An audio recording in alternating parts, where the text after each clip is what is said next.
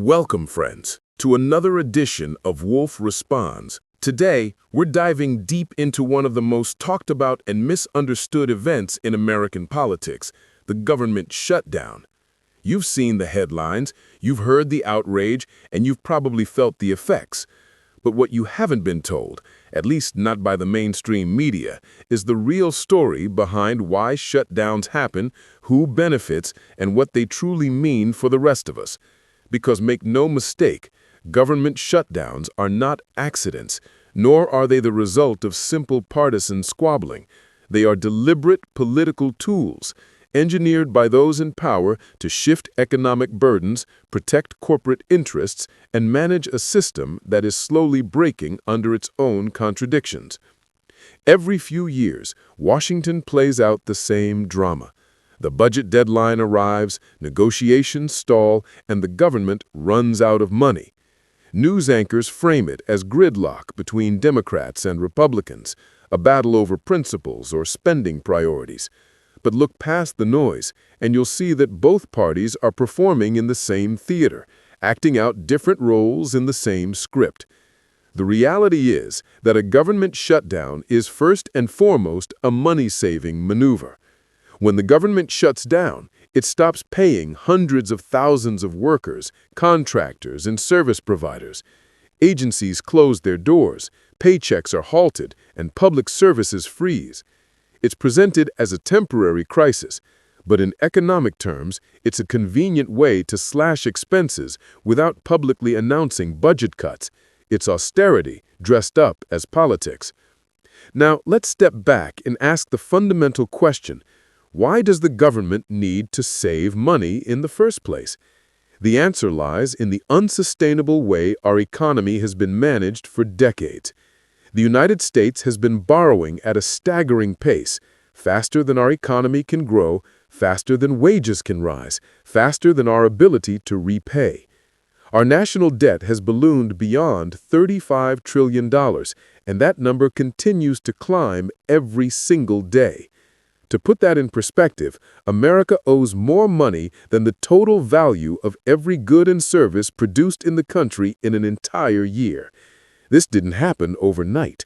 For over 20 years, both Republican and Democratic administrations have financed wars, tax cuts, and corporate bailouts by simply borrowing more. They told us not to worry, that America's credit was strong, that the dollar was stable, and that growth would fix everything. But growth has slowed, wages have stagnated, and inequality has exploded.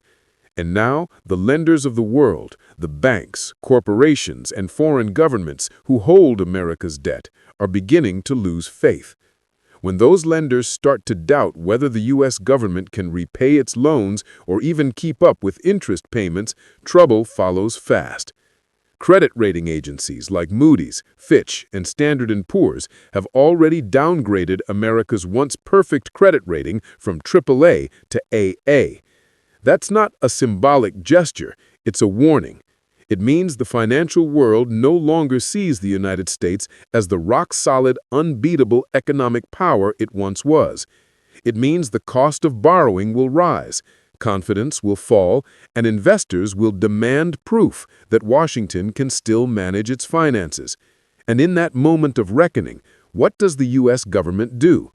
It cuts spending where it hurts the least politically, not in corporate subsidies or military contracts, but in the paychecks of federal workers, in education budgets, in healthcare, and in the public services that millions of Americans depend on. But there's another layer to this story, one that reveals just how deeply money and politics are intertwined. You might ask, why not just raise taxes on the wealthy and corporations? After all, the richest Americans and the largest companies have seen record profits even as debt soars. Why not ask them to contribute their fair share? The answer, sadly, is because they own the political system. Both parties rely on wealthy donors, corporate PACs, and lobbyists to fund their campaigns.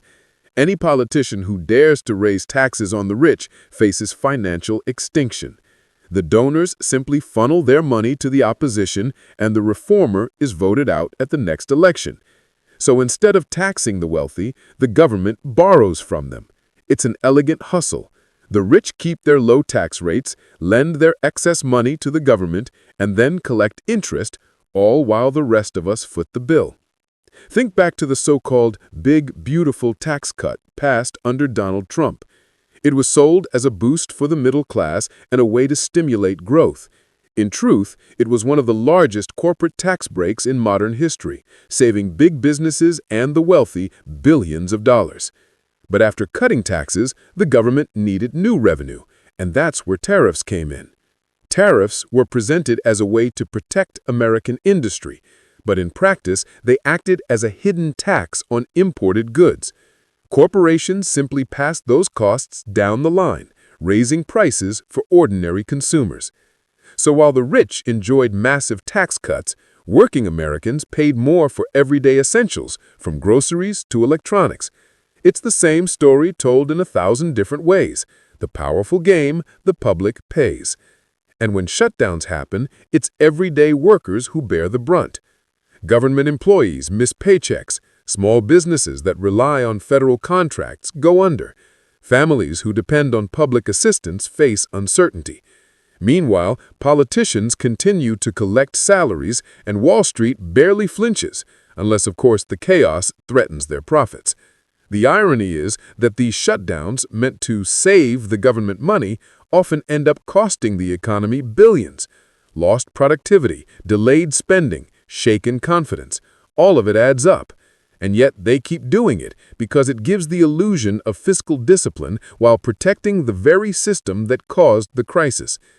Behind this recurring drama lies a deeper truth about our economy, one that neither party dares to confront. The problem isn't just bad budgeting or political dysfunction, it's the logic of capitalism itself. In a capitalist system, those who own wealth, corporations and the rich, demand that the government serve their interests, provide infrastructure, maintain stability, protect markets. But at the same time, they refuse to pay for those services through taxes. The masses, meanwhile, are taxed until they can take no more. And then politicians, afraid of losing votes, stop raising taxes on them as well. That leaves the government trapped in an impossible position, expected to do everything but starved of revenue. So what does it do? It borrows from the very people it refuses to tax. It borrows from the rich, promising to pay them back with interest. And as the debt grows, those lenders gain even more power, turning the government into their most profitable investment. This isn't fiscal prudence, it's a long con. When the government borrows instead of taxing, it transforms democracy into dependency. The people lose leverage, and the wealthy become the state's creditors. They don't just influence policy, they own it. And when the debt reaches the point where even they begin to worry, they demand austerity, a polite word for cutting everything that benefits ordinary people. Schools go underfunded, hospitals cut staff, public infrastructure crumbles. Meanwhile, corporate profits remain untouched, and the political establishment congratulates itself for fiscal responsibility. So when you hear politicians debate over a government shutdown, remember, it's not really about the budget, it's about control. It's about maintaining a system where the economic elite can dictate the rules while the rest of society pays the price. Both Republicans and Democrats play their roles perfectly. One side cries about wasteful spending, the other defends social programs, but neither touches the root of the problem, a capitalist economy that works beautifully for the few and disastrously for the many. They'll argue on television, trade insults on social media, and hold press conferences denouncing each other. But behind the scenes, both are serving the same master, money. And here's the final truth that too few are willing to say out loud. The government shutdown isn't a glitch in the system. It is the system. It's a symptom of a deeper disease, one where economic power and political influence have fused into one. The rich want a leaner, meaner government that doesn't interfere with their profits, and shutdowns are one of the tools used to get there. The consequences are devastating.